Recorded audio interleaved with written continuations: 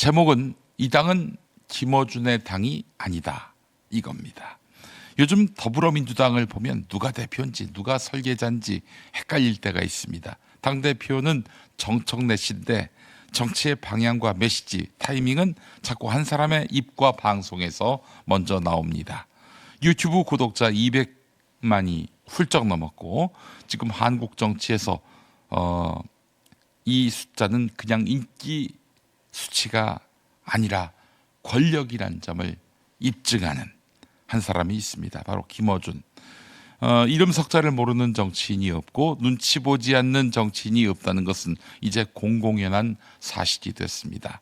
자, 문제는 여기서부터입니다. 이 영향력이 단순히 조력하는 수준을 넘어서서 의사결정의 기준이 되고 당내 판단의 잣대가 되고 당대표의 행동을 규정하는 단계까지 왔다는 점입니다.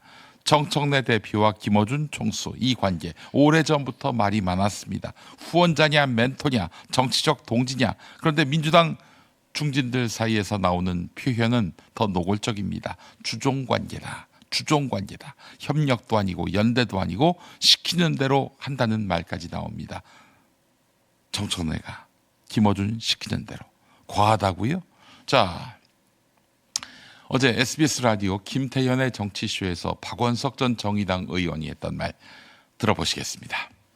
김민석 총리가 8월달 전당대회 때 정청래 대표의 대항마가 될 수가 있으니까 경쟁자가 될 수 그럼 있으니까. 김어준 씨의 큰 그림은 정청래 대표 만들어서 결국은 조국 대통령 대표를 대선으로 그런 얘기가 거? 있어요. 아니 이게 이제 굉장히 예민한 멋있다. 얘기일 수밖에 없는데 제가 아까 그 본방 말미에 문재인 정권의 실패를 사람으로 빚어놓으면 조국이다 얘기를 했어요. 예. 그거를 지금 시점에 불러들이는 게 어떤 의미인지에 대해서 민주당 내부에서 굉장히 예민하게 특히 친명계에서는 반응할 수 있어요. 왜냐하면 지난 정권하고 관계 정리가 잘 안 돼 있고 지지자들은 엄청 싫어해요. 문 대통령 조문 오는데 욕하는 거 봤어요? 못 봤어요. 친명 지지자가 욕을 합니다. 문재인 XX 하면서. 네. 물론 거의 뭐 또라이에 가까운 사람이라고 네. 볼 수 있을 텐데 네. 그 정도예요.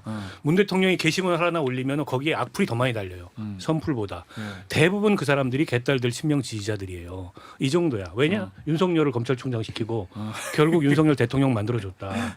게다가 이재명 주저앉 치려고 재난지원금도 안 주고 수사하게 만든 게 그 문재인 아니냐 이 생각을 갖고 있거든.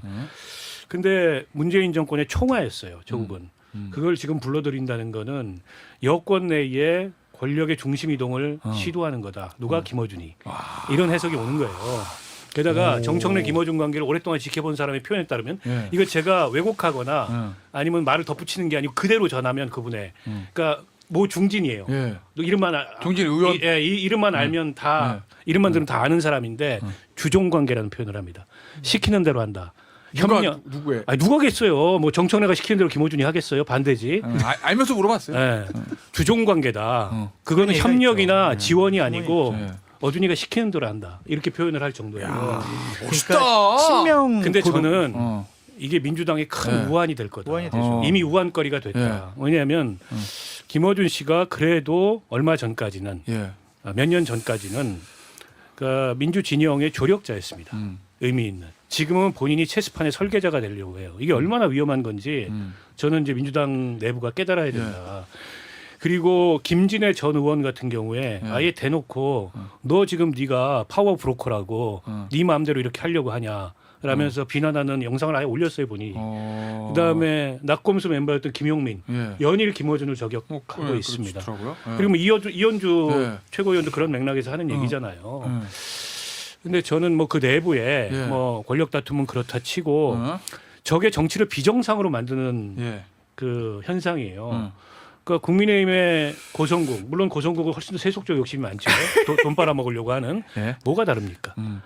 그러니까 같은 현상이 양 진영에서 일어나고 있는 거예요 지금. 결국에는 이 진영의 그 정당의 플레이어가 아닌 사람들이 플레이어 역할을 하고 있는 겁니다.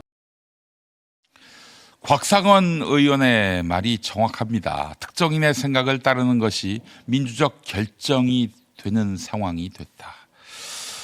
이건 민주주의가 아니죠. 유튜브 정치, 스피커 정치입니다. 고성국을 질타할 수가 없어요. 우리에겐 김어준이 있거든요. 정청래 대표 개인의 사정도 이해할 만합니다. 그는 정치적으로 늘 상처를 받아온 사람입니다. 문재인 시절 앞장서 싸웠고 그 대가로 낙천당했고 4년을 정치적 무직 상태로 버텨야 했습니다. 그 과정에서 당도 지도자도 아무도 정청래를 지켜주지 않았습니다. 그때 김어준이 말했습니다. 탈당하지 말라, 무소속 출마하지 말라, 희생하라. 그 말 정청래가 따랐습니다. 그리고 돌아왔는데 돌아온 자리에 보상은 없었습니다. 이런 정치 인생이면 의지할 스피커 하나 붙잡고 싶은 마음 이해 못할 바 아닙니다. 하지만 이해와 정당화는 다릅니다. 정치적 뿌리와 또 정치적 세가 약한 대표가 슈퍼 스피커에 의존하면서 당의 방향이 그 스피커를 중심으로 돌아간다? 당원 주권주의 정당에서 이게 가능한 일입니까? 최근에 벌어진 일을 보십시오. 낙곰수 리턴 전국 투어 콘서트, 시기, 장소, 구성, 다 지방선거와 연결되어 있습니다. 이게 공연입니까? 아니면 세과십니까? 마지막 공연 때는 틀림없이 문재인 씨가 나올 겁니다. 민주당, 조국혁신당 합당. 당내 충분한 논의도 없이 던져졌고 반대 여론이 터져나오자 누가 대표를 옹호하고 누가 여론을 정리하려 했습니까? 그리고 여론조사 꽃 김민석 총리를 본인의 의사와 무관하게 서울시장 후보군에 계속 묶어두는 행태. 총리실에서 공식적으로 100번 그러지 말라라고 요청했음에도 넣는 건 우리가 결정할 일이라면서 허허실실 됐습니다. 이게 조사입니까? 아니면 정치적 세팅입니까? 여론조사에 가둬두는 방식으로 견제하는 것 아니냐 이런 의심 당 안에서 왜 나왔겠습니까? 이쯤 되면은 묻지 않을 수가 없습니다. 이 당은 누구의 당입니까? 당원의 당입니까? 아니면 가장 큰 마이크를 가진 사람의 당입니까? 저는 낙곰수 초기 멤버로 많이 알려져 있지요.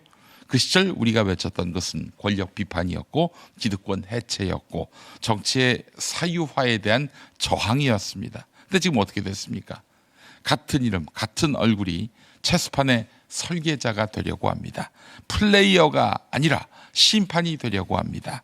이건 위험합니다. 정치를 비정상으로 만드는 것입니다. 진보든 보수든 유튜브 권력이 정당을 좌지우지하는 순간 정치는 무너집니다. 다시 말씀드립니다. 이 당은 김어준의 당이 아닙니다. 그가 가진 스피커는 비판의 도구이지 당을 사유화할 권리가 아닙니다. 정청래 대표에게도 말합니다. 아픔은 이해합니다. 외로움도 합니다.